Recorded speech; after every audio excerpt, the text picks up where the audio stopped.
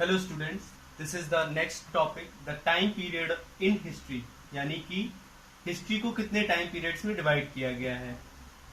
So here is history and we divide the history in three parts. First is prehistory, second is protohistory and third is history.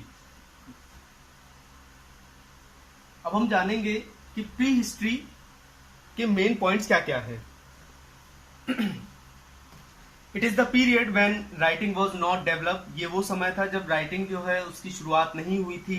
Not written records available for this period. इस time पर कोई भी written record जो है वो available नहीं थे। Archaeological source सच जैसे कि जो पत्थर होते थे या जो फॉसिल फ्यूल्स होते थे उनसे या उनके माध्यम से हमें कुछ जानकारी मिलती है। जैसे कि हमें जो तमाम जो डायनासोर्स के फॉसिल्स मिले या तमाम और जो प्री हिस्टोरिक एज के जो एनिमल्स थे, जब उनके स्कल्पचर्स हमें मिलते हैं तब हमें उनसे एक आइडिया मिलता है। उनके जो फॉसिल्स हमें मिलते हैं उनसे पता चलता है कि कैसे उस टाइम का समय था।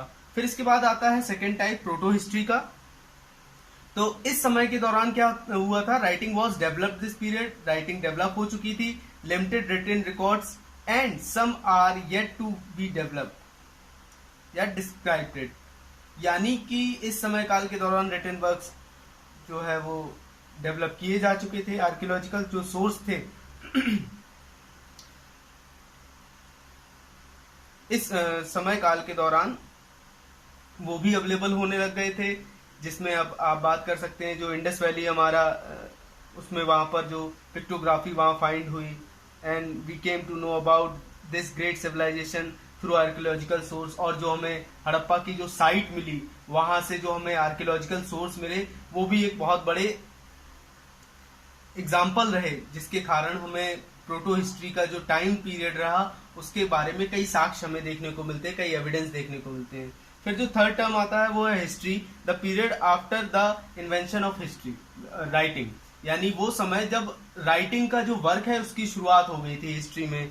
There are descriptive written records available for this period. Early writing was done on leaves, clay and copper tablets, rocks and pillars. यानी इस समय के दौरान राइटिंग जो है वो पत्तियों पर, क्ले पर, कॉपर प्लेट्स पर और तमाम चीजों पर, जो पिलर्स हैं, रॉक्स हैं, उन पर होना स्टार्ट हो गई थी।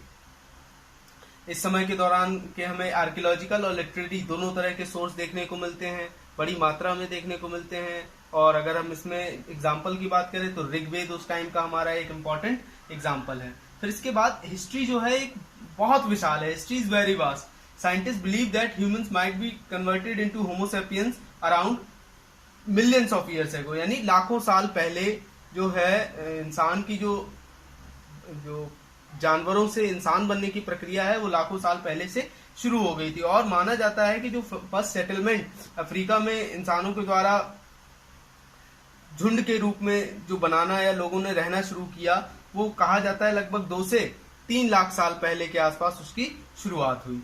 हिस्ट्री ऑफ इंडिया को अगर हम बात करें, हिस्ट्री ऑफ इंडिया, तो इसको हमने 3 पार्ट्स में डिवाइड किया हुआ है, एंशिएंट, मिडाइवल एंड मॉडर्न।